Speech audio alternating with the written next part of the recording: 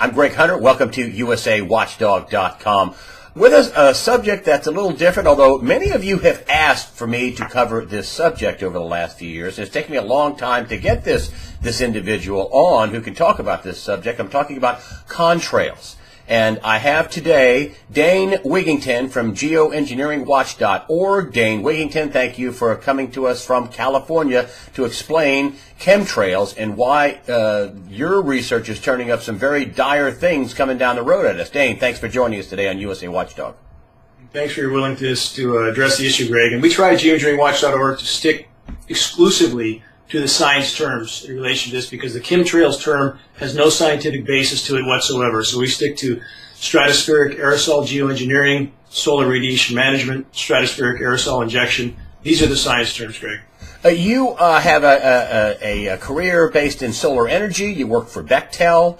And just tell me a little bit about why you shucked it all and decided to start Geoengineeringwatch.org, which gets around 20,000 a day. You get millions of visitors a year. It's a big site. A lot of people are interested in this. Tell me why you shucked it and decided to devote yourself to exposing and explaining. Well, I'm going to use chemtrails because I am just a regular guy. Tell me why you are doing this.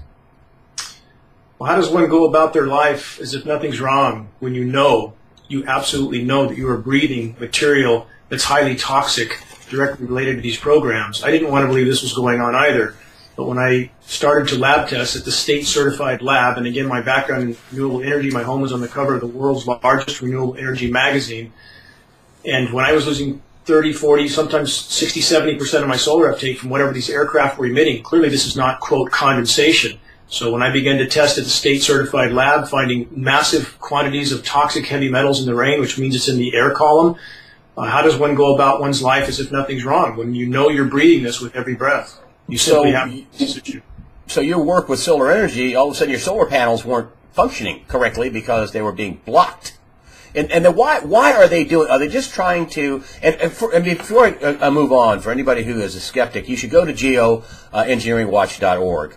And there's photographs, there are patents, there are videos, there's town hall meetings, there's everything you'd ever want to know. There's research, resources, there's tons of sites. I mean, I don't want to try to prove this because your site, if you go over your site, there's lots of documented evidence. But how can you sum up the people that say, oh no, those are just contrails, condensation trails, across the sky in crisscross patterns? What would you say to somebody who is the disbeliever?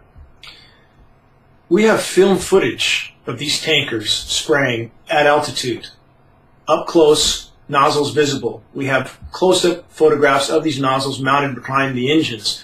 Again, at that point, the argument ends. When you have film footage of the crime happening, the argument or dispute is over. There is no dispute. This is absolutely going on. And I would ask people as well, Greg, when we have President Obama only a few days ago stating on the record, climate change is the greatest national security threat of all. When we have top U.S. military leaders stating on the record, anybody can search this online, that climate change is the greatest national security threat of all, do we think that they would ask our permission before they do this? Really? That's a very naive thought. When people know that so much happens without anybody's knowledge or consent to blow up islands in the South Pacific to test nuclear weapons, they do whatever they want because they can.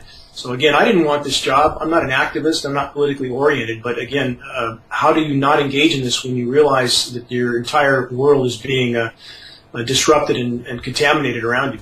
And basically they're doing this to block the sun rays because of global warming. Is that right? Is that the thumbnail of it?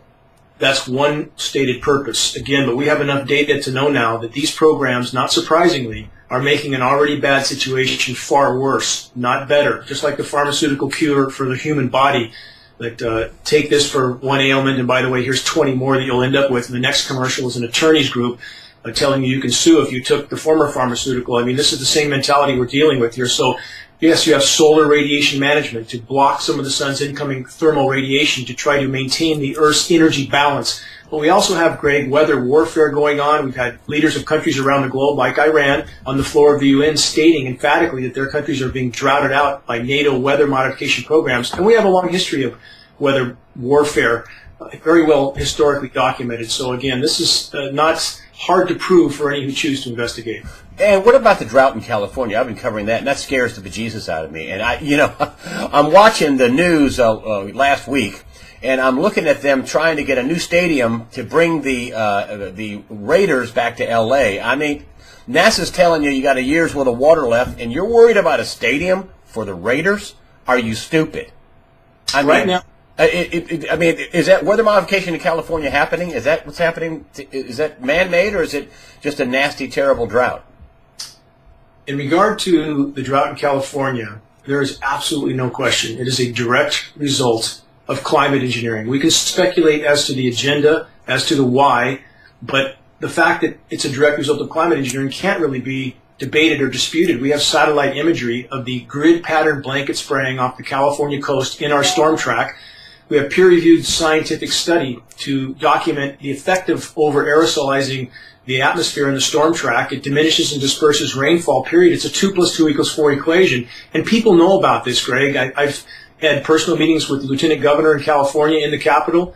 I've met with staffers from other representatives. In fact, I was told 2 weeks ago to my face by a staffer in the Capitol, off to the side, she said, look, we all know about this. We all know what's going on. We simply don't know what to do. So when you have people focusing on building stadiums at the same time that we are being droughted into oblivion, this is the mentality of being in a Thelma and Louise moment through the guardrail, heading to the bottom of the canyon and arguing over what seat we get.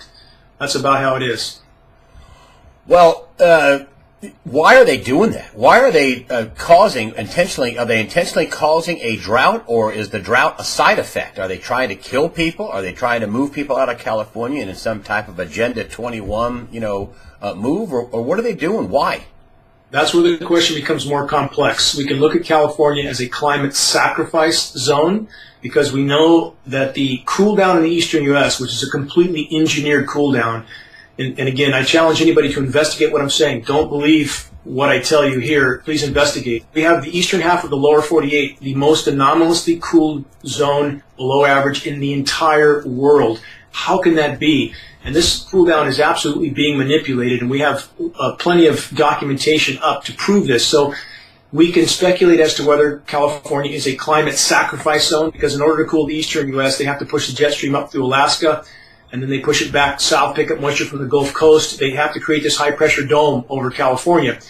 But in addition, when we have rain coming from the east as well, we see the same sort of intentional aerosolization over the clouds. We can see the aircraft tankers dumping particulates over the clouds, which diminishes and disperses those storm systems. So at a certain level, it appears that it's also a target to reduce the rainfall. Now, again, we can speculate as to the exact motive. But when we see so many Middle Eastern countries, for example, that have all been radically droughted out by what appears to be NATO weather modification programs prior to the destabilization of those countries, populations that are mired in their own struggle tend not to push back much against the power structure in the system.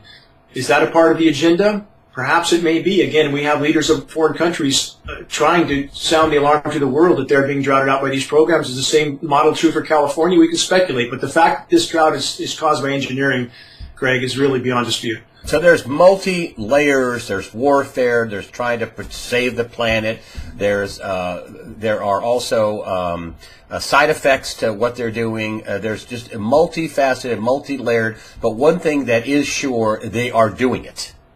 There's absolutely no question. We have film footage. It's in regards to what is a condensation trail or a particulate trail. Again, people need to understand the science. The high bypass turbofan jet engine, which is on all commercial aircraft and all military tankers, is basically a jet-powered fan. 85% of the air that passes through that engine is non-combusted. That engine is almost incapable of making any condensation trail, except under the most extreme circumstances. You can see a tutorial of this on the Geoengineering Watch website homepage. Understand the science.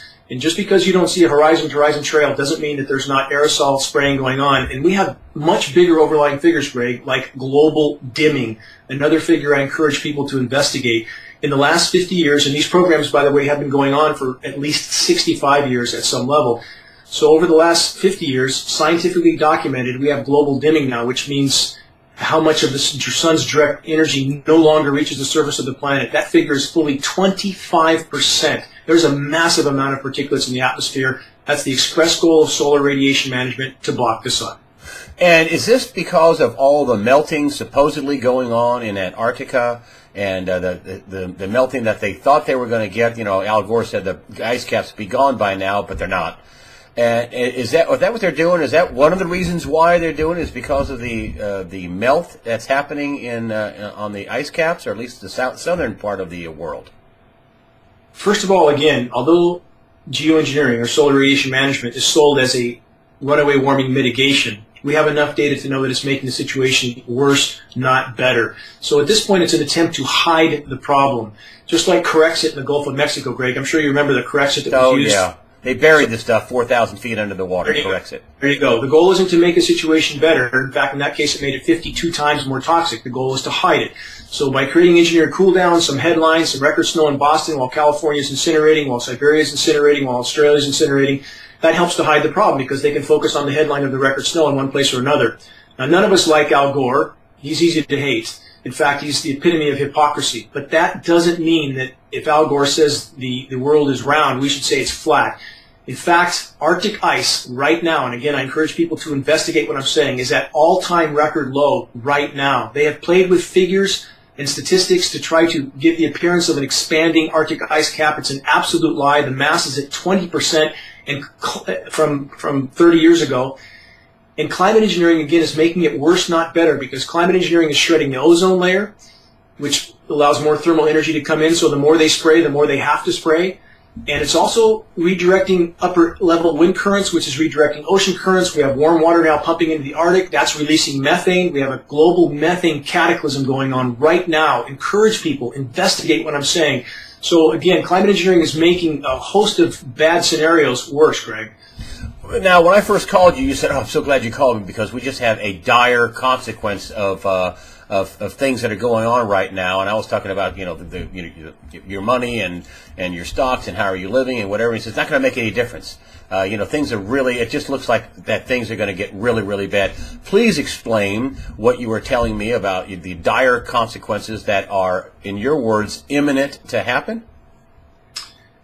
It's already unfolding. Again, people have no idea what's happening around them. We have a species extinction rate today that is now likely approaching 300 every single day. 200 to 300 species of plant and animal are going extinct every single day. We are in the 6th great mass extinction now. So I don't care how much money you print. I don't care how much you falsify unemployment figures. If the planet can't support life, it's game over. And we are on a fast track for that place. In fact, mainstream media covered some 2 to 3 months ago that in the last 40 years, human populations have doubled. Global wildlife populations have been cut by almost 2/3. Now, anybody who thinks that track can continue is simply not living in reality.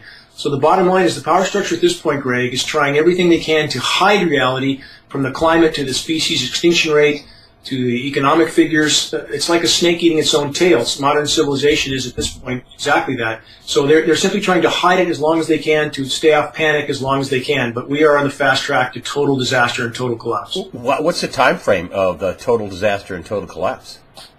Well, again, I wouldn't claim to name. Well, what's your time frame? What do you think?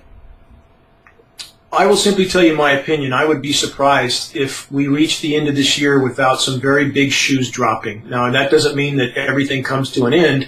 It simply means that I think they'll have a very hard time hiding the gravity and the immediacy of what we face for much longer. So as we see military maneuverings like Jade Helm, for example, which is absolutely unprecedented. We've gotten rid of posse comitatus, and then now we have massive military exercises taking place in the U.S. We have some very alarming things starting to occur, and I would argue that, again, the power structure is being pushed further and further into a corner. People are waking up, and the moment people wake up to climate engineering, which is why I focused on this issue, again, if you can't breathe without sucking this stuff in, if it's disrupting the weather patterns and it literally controls our life support systems, that's a fight for life. So that's why I focused on this issue. It's harmed every living being on the planet.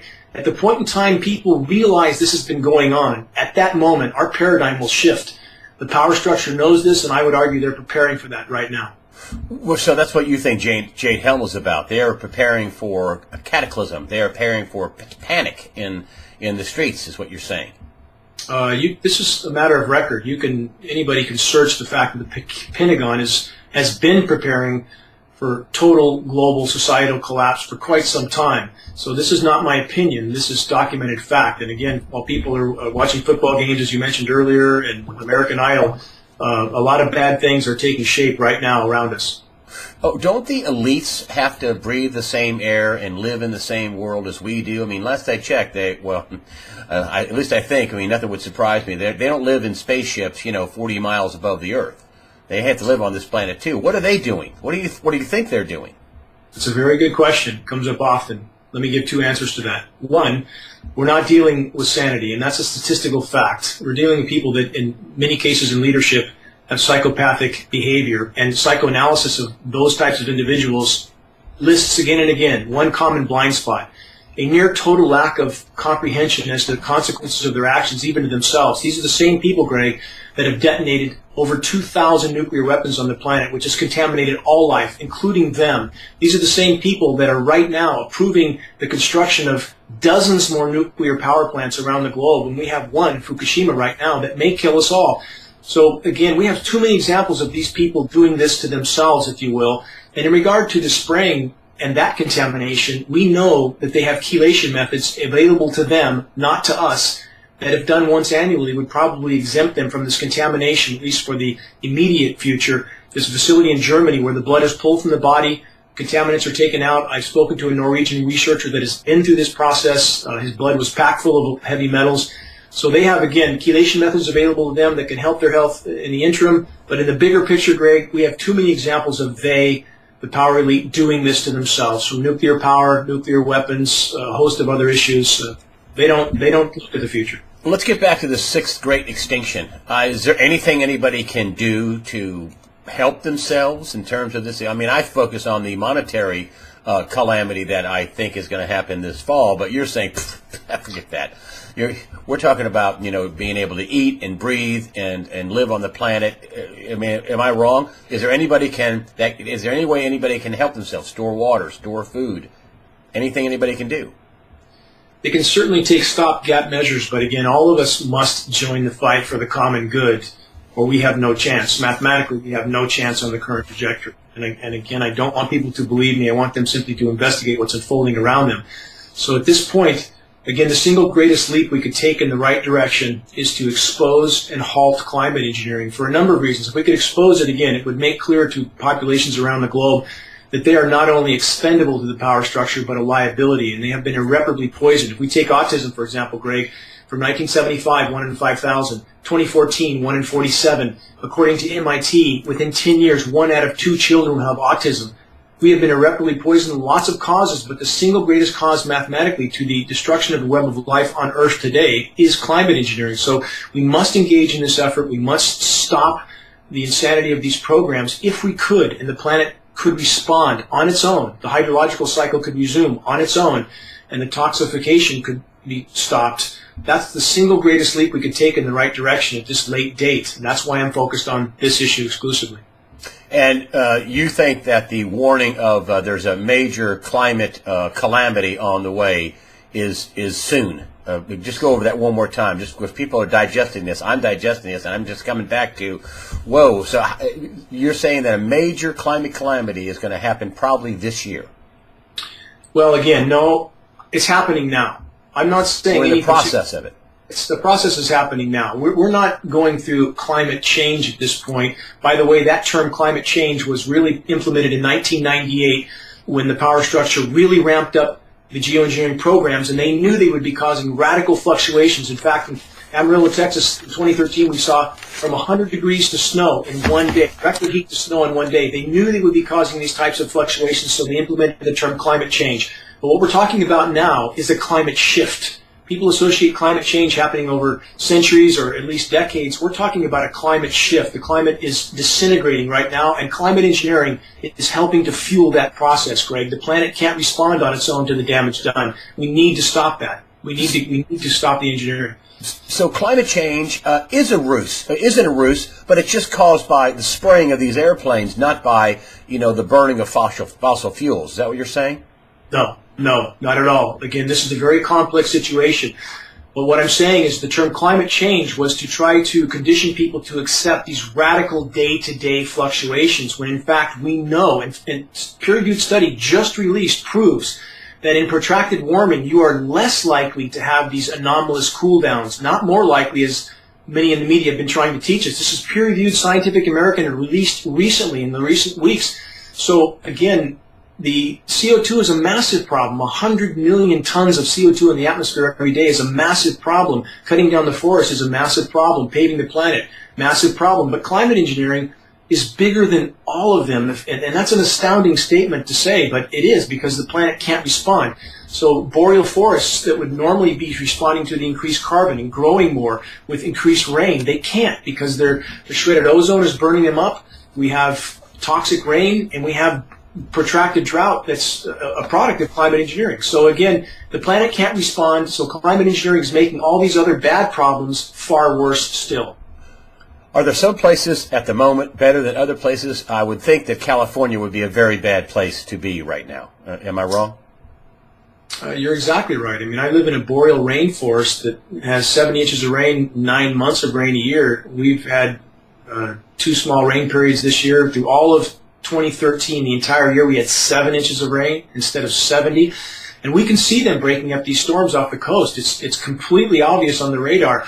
And for the meteorological community, people ask, why isn't there whistleblowers? Why aren't the meteorologists talking about this? Very, very simple. Because it's an extremely bad career decision at minimum. And what happened to John Kiriakou, who spoke out about the torture process? What happened to the whistleblower there? Who got put in jail? The whistleblower. Not any of the people who did the torture, but the whistleblower got put in jail, and everybody knows they're being monitored. We had a Fox meteorologist tell us off the record that he was pulled into a room and told, you don't touch this issue. I have been communicated with by scientists from Duke University, Stanford, Harvard. One from Duke, who's a very quite high up in the food chain there, was taken into a room twice so far and told, if you continue to talk about geoengineering, there'll be consequences. So again, this is the big league, and people understand the price that they will pay if they speak out about this issue. So the academic world, the climatologists, the meteorologists, people that you've talked to, they know exactly what this is, a known fact that they're doing it, and they're being told to shut up. Yes, they are. I've had a NOAA scientist tell me to my face, we know about these programs, and this is her words, not mine. She said, we're alarmed as hell. We don't know what to do. We have no First Amendment protection. But I would argue if we can simply provide enough public awareness to give them cover, they will pour from every corner. This is the biggest elephant in the room, Greg, and you have, again, countries around the globe speaking out about it. Our media is not covering it. We just had protests in Italy only a few days ago. We have legislation now just drafted by Rhode Island state legislatures. This issue is going to come to the surface one way or another, and the sooner the better. We don't have any time to spare. Dane Wigington, if you doubt him, you should go to geoengineeringwatch.org and dig in. You have posted one photo, video, paper, stuff on HAARP, H-A-A-R-P. You've posted tons of resources and scientific proof, meetings, video. I mean, it's unbelievable the depth of the science that you've put into this website. There's no wonder why 15 or 20,000 people a day are coming to it. It should be 15 or 20 million people a day coming to geoengineeringwatch.org. Dane Wigington, will you please come back and give us an update in a few months? Anytime, Greg. Thank you for your courage in covering this issue. Thank you, Dane. Thank you very much. Dane Wigington, go to his site and donate to his site, Dane Wigington at geoengineeringwatch.org. I'll put up some links after this, some of the things you sent me. Dane, thanks for coming on, and thanks for carrying on the good fight and blowing the trumpet, my friend. Thank you, sir.